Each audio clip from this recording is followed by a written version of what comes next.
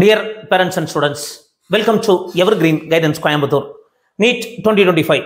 NEET examination, கடினமான examination எழுதியாச்சு. நிறைய மார்க் குறைஞ்சு வரும். மார்க் குறைஞ்சாலும் கட் ஆஃபும் குறையும். பட் இன்னுமே நமக்கு 300 மார்க்கு கீழே வர மாதிரி இருக்கு. அப்போ என்ன பண்றது? ஏன்னா குழந்தைகள் ஒரு நல்ல முடிவு எடுக்கணும். பெற்றோர்கள் அதுக்கு உறுதுணையா இருக்கணும்.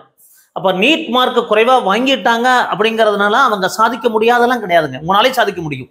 அப்போ என்ன முடிவு எடுக்கிறது? அப்போ இதை தெளிவான முடிவை நீங்க எடுத்தாகணும். எனக்கு இன்ஜினியரிங் படிக்க விருப்பம் இல்லை, வேற அக்ரி படிக்க விருப்பம் இல்லை, மருத்துவம் சார்ந்த படிப்பு தான் படிக்க நினைக்கிறீங்க அப்படின்னா நீங்க எம்பிபிஎஸ் பிளான் பண்றீங்க. கவர்மெண்ட் காலேஜஸ்ல இல்லைன்னா கவர்மெண்ட் கோட்டால எம்பிபிஎஸ் கிடைக்கலன்னா அடுத்து பிடிஎஸ் ஆப்ஷன். பிடிஎஸ் அதனுடைய ஸ்கோப் ஸ்டடி பண்ணணும். எந்தெந்த கல்லூரியில் படிச்சா நல்லா இருக்கும், அப்போ எந்த கல்லூரியெல்லாம் நம்ம செலக்ட் பண்றதுக்கு வாய்ப்புகள் இருக்கும், அதெல்லாம் நீங்க ஸ்டடி பண்ணணும். அப்போ எம்பிபிஎஸ் நமக்கு கிடைக்கலன்னா அடுத்தது பிடிஎஸ்க்கு நீங்க ரெடி பண்ணிக்கணும். இல்லை எனக்கு பிடிஎஸ் இல்லை சார், எனக்கு ஐஎஸ் கோர்சஸ் போலான் இருக்கு அப்படின்னா ஐஎஸ் கோர்சஸ் நீங்க ஸ்டடி பண்ணுங்க. ஐஎஸ் கோர்சஸ்க்கு அப்ளிகேஷன் போடுற சுச்சுவேஷன் வரும். அது உங்களுக்கு ஆயுர்வேதா, சித்தா, ஹோமியோபதி, ஸோ இந்த மாதிரி கோர்சஸ் எல்லாம் நீங்க பண்ணலாம். அப்போ ஐஎஸ் கோர்சஸ் நீங்க பிளான் பண்ணலாம். எனக்கு எம்பிபிஎஸ் மட்டுமே சார் வேணும், பிடிஎஸும் வேண்டாம், ஐஎஸ் கோர்சஸும் எனக்கு வேண்டாம் அப்படின்னா நீங்க அடுத்தது ரிப்பீட் தான் போய் ஆகணும். ரிப்பீட் போலாமா சார் அப்படின்னா தாராளமாக போகலாம். எத்தனை டைம் ரிப்பீட் பண்ணலாம்? ஒரு டைம் பண்ணலாங்க, ஒரு டைம் பண்ணலாம், இல்லை இன்னொரு முறை பண்ணலாம். மேக்ஸிமம் 2 டைம்ஸ் பண்றது அதுக்கு மேல நீங்க 3 டைம்ஸ் 4 டைம்ஸ் 5 டைம்ஸ் எல்லாம் பண்றது நல்லது கிடையாது. ஒரு மன அழுத்தத்தை உருவாக்குங்க. மன அழுத்தத்தை உருவாக்கும். வாழ்க்கையில நிறைய செட்டில் ஆகிறதுக்கு லேட் ஆகும். எம்பிபிஎஸோடு நிறுத்த முடியாது. போஸ்ட் கிராஜுவேட் படிக்கணும், சூப்பர் ஸ்பெஷாலிட்டி படிக்கணும். வாழ்க்கையில செட்டில் ஆகிறதுக்கே நமக்கு 40 வயசு ஆயிடுங்க. அதனால 5 டைம் ரிப்பீட் பண்றதெல்லாம் வேண்டாம். ஒரு டைம் பண்ணலாம், 2 டைம் பண்ணலாம் அப்படிங்கிறது நம்மளுடைய கருத்து.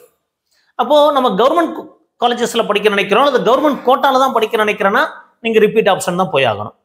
இல்ல சார் எனக்கு ரிப்பீட் ஆப்ஷன் பண்ண முடியாது அப்படின்னா உங்களுக்கு ஃபினான்ஷியலா அஃபோர்டபுளா இருந்தா நீங்க மேனேஜ்மெண்ட் கோட்டா பார்க்கலாம். இது எல்லாருனாலையும் முடியாதுங்க. டீம்டு யூனிவர்சிட்டி பார்க்கலாம். இது எல்லாருனாலையும் முடியாது. ஒருவேளை உங்களுக்கு குடும்ப சூழ்நிலைகள், பொருளாதார சூழ்நிலை ஒத்து வந்தது அப்படின்னா நீங்க மேனேஜ்மெண்ட் கோட்டாலையோ டீம்டு யூனிவர்சிட்டியில படிக்கலாம்.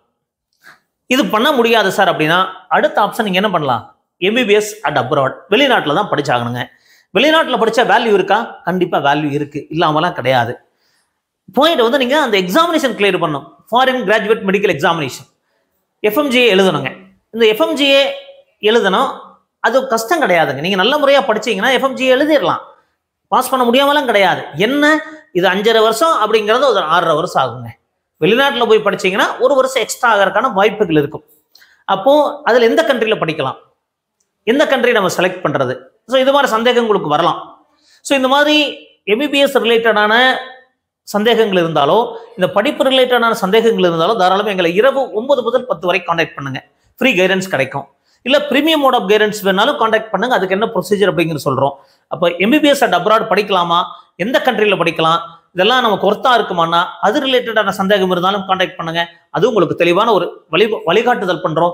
ஸோ இந்த மாதிரி நிறைய வீடியோக்கள் பதிவு பண்ணிட்டே இருப்போம். மறக்காம எங்க வீடியோக்கு லைக் பட்டன் பிரஸ் பண்ணுங்க. எங்க சேனல் பிடிச்சிருந்தா சப்ஸ்கிரைப் பண்ணுங்க. மீண்டும் ஒரு நல்ல பதிவுடன் உங்களை சந்திக்கின்றேன். நன்றி, வணக்கம்.